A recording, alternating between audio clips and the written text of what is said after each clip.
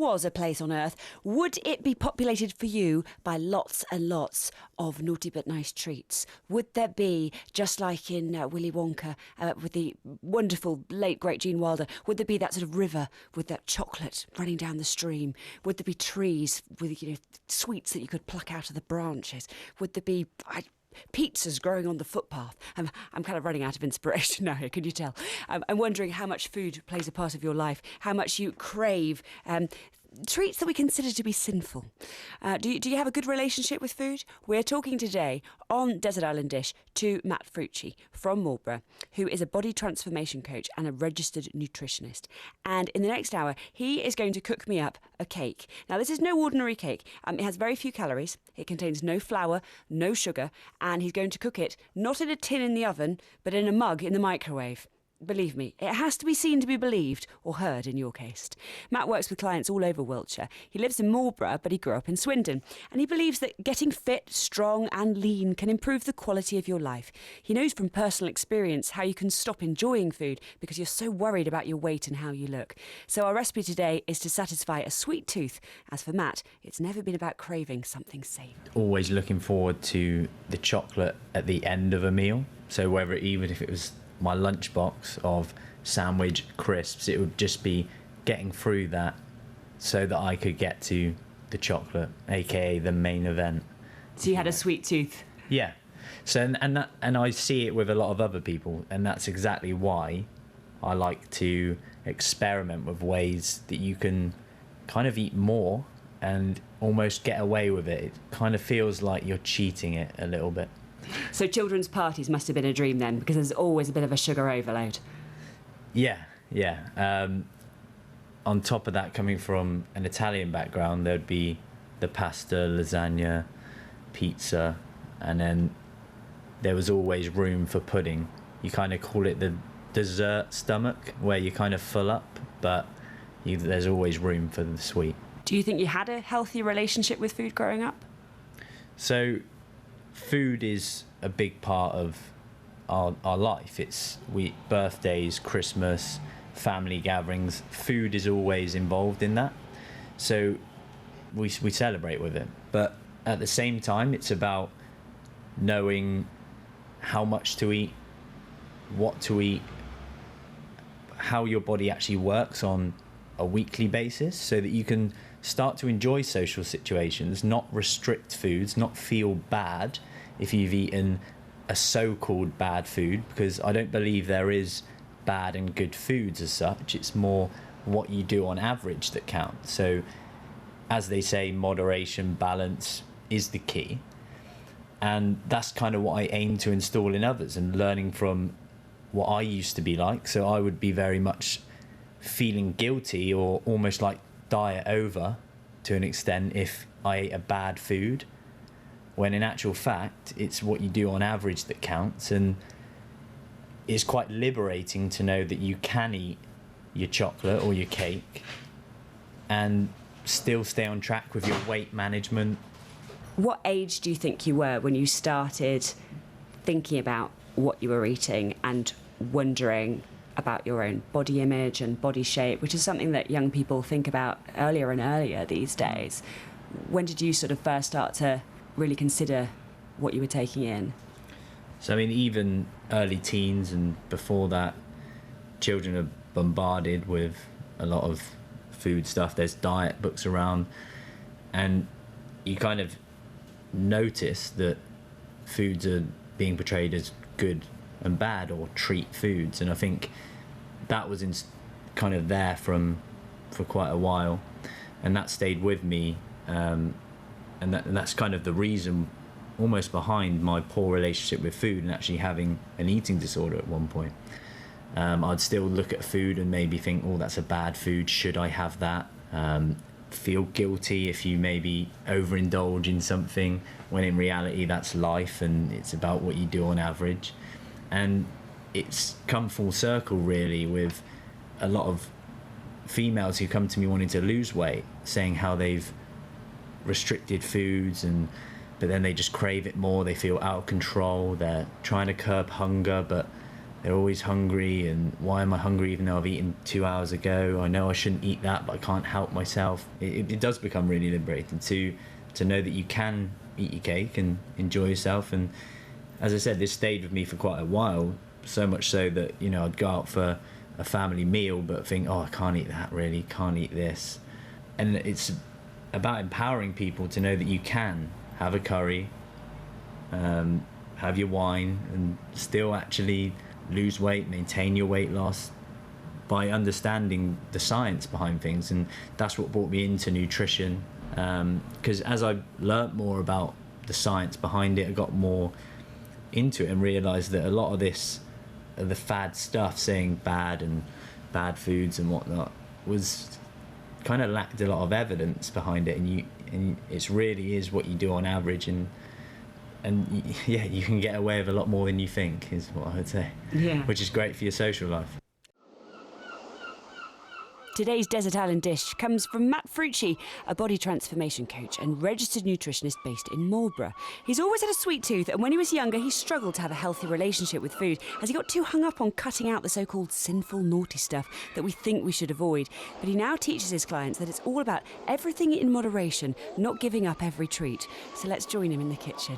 I've always been interested in cooking, so I'd watch cooking channels and just try and think about ways I could adapt the recipes. And going through being at university for quite a while, I was forced to cook a lot more for myself. So I'd experiment with recipes, ones that were quick, because like most students, you're kind of quite lazy, or you think you're busy at the time, but then years later you realise that you're not.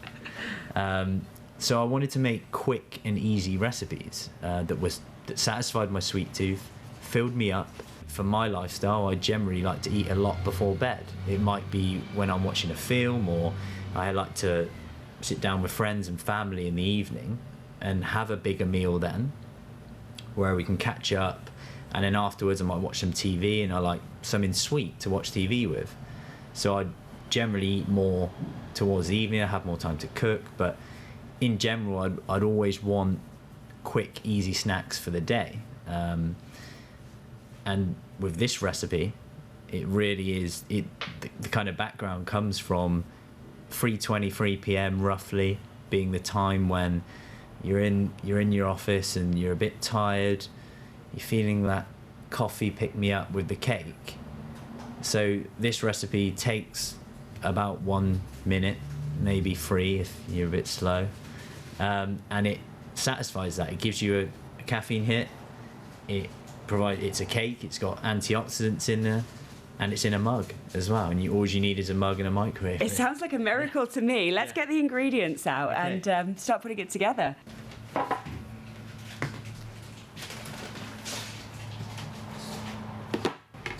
So I'm just looking at the ingredients that you put out here on the table. Some of them completely familiar. I've got them in my own cupboards at home. So eggs, we've got bicarbonate of soda. I usually put that in my banana cake. We've got some cocoa there, nice rich chocolatey flavour. But actually, some of the other things look a bit more unfamiliar to me. So this tub here looks like sugar in this plastic tub with a green top, but it's not. No, it's a 0-calorie sweetener that comes from a plant. It's actually optional in this recipe. There's no flour for the cake, so is that what this stuff is? Yeah, so the whey protein will provide that structure to it. There already is sweetener in the whey protein powder. Generally, that will provide most people with enough. Plus, you've got the cocoa powder to give it that chocolatey hint as well. The whey protein that I'm using is cookie and cream flavoured already. We've also got the hazelnut coffee. So it's instant coffee, which is infused with a hazelnut flavour. So that's another flavour to go in there that complements the chocolate quite well. Just take the lid off that a minute. I bet it smells amazing. Yeah, it reminds me of Nutella. Oh yeah, that's lovely. Yeah. It's got a rich smell. Yeah, so that gives it that hazelnut hint with that. I'm liking the flavours you've got here. Coffee, chocolate, there's some sweetness there. It doesn't make me think, oh, this is such a healthy cake, it's just going to taste of, I don't know, vegetables. Yeah, I mean, and that's it really. It's something that's quick, something that provides a sufficient amount of protein to help keep you full up, because that's important. You don't want to leave the dinner table or your snack still feeling hungry. You want to feel satisfied, so your sweet tooth is satisfied and you're not kind of craving much else.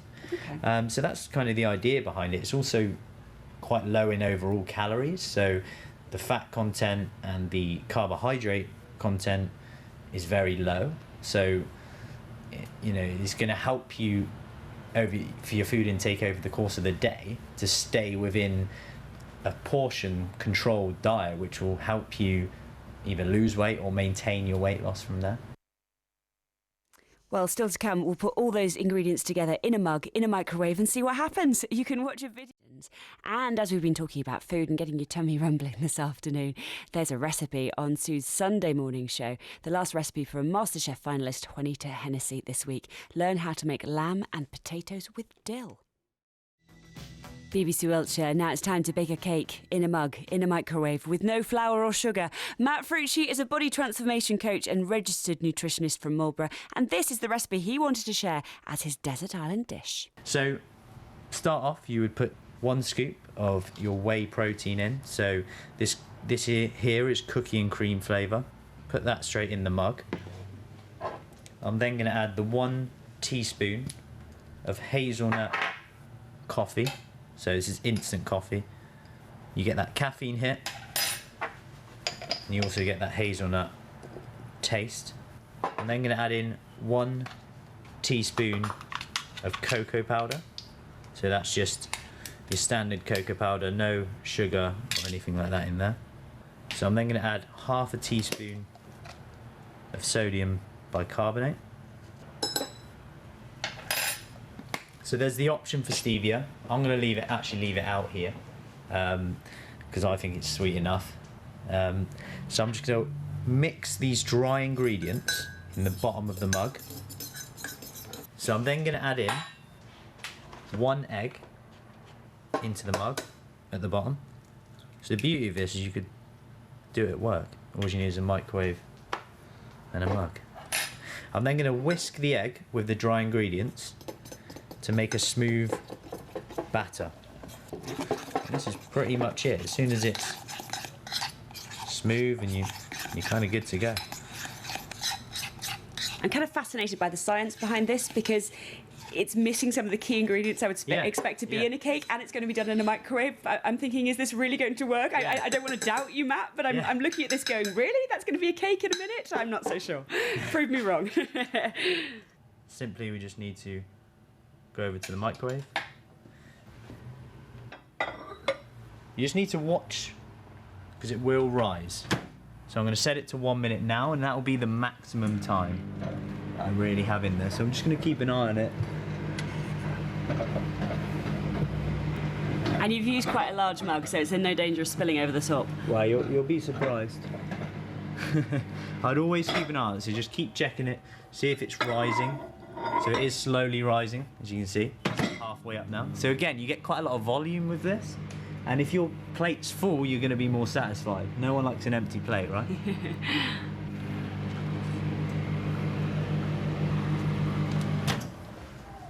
So you can see it rising, right? Yeah. So it's like tripled in size. Yeah. So all of a sudden, it's serving free. Well, I don't know. I think I could probably polish it off. And how do you know when it's ready? So I'd say maximum minute, that's probably ready now. You can kind of feel it. Oh, it's got that spongy consistency, and it's like coming away from the sides, which is just classic what you do if you're baking in the oven. So now what I'd do is I'd take it away. I can smell the coffee. Yeah. I'd get a bowl ready here, tip the mug, and just give it a little pat at the bottom to help get it out. There you go. Hey, out in one go. Yeah. It's like making sandcastles. So it's straight in there. So I would then add, so I've got some blueberries here, 1 year 5 a day in there as well. So I'd add some blueberries around the side, maybe a few on top. I've then got some yogurt. So this is Greek yogurt. So again, provides protein, also helps keep you full. That's a sizable portion. Yeah. Good to tuck in, really. You could show that off a dinner party, couldn't you? You could. Can I give it a try? Yeah, sure. Let's dig in with one of these spoons. For me, I wouldn't add the stevia, but you can sprinkle a bit on top. Yeah. That's the option as well. Tasty. I can see how that would fill you up as well. Yeah, It's got quite a structure to it. Yeah. Do you find then that satisfies your sweet tooth?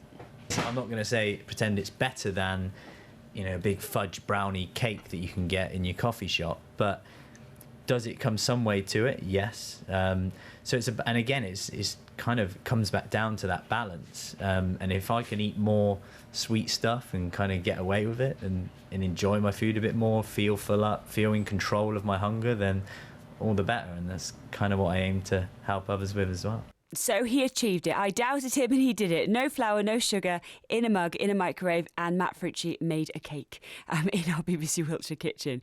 If you want to have a look at a video of him doing it in his own kitchen, then you can get all the ingredients and all the measurements and all that you need for the recipe as well. That's on our BBC Wiltshire Facebook page at the moment. And you can find out more about Matt on his website, frucifit.com. Thanks for sharing your day.